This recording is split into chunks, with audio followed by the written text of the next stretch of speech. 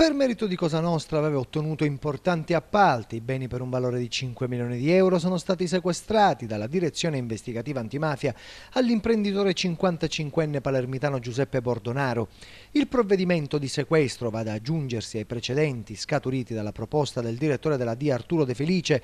Bordonaro, attivo nel settore della gestione di cave di pietra con produzione e commercializzazione del calcestruzzo, grazie alla sua appartenenza a Cosa Nostra ha consolidato la sua posizione in campo imprenditoriale nel settore strategico degli appalti. L'imprenditore era partecipe al cosiddetto metodo Sino, in base al quale Cosa Nostra controllava il sistema di aggiudicazione degli appalti attraverso un tavolo tecnico del quale facevano parte imprenditori, politici e mafiosi e che era diretto dal ministro dei lavori pubblici di Totorrina, Angelo Sino.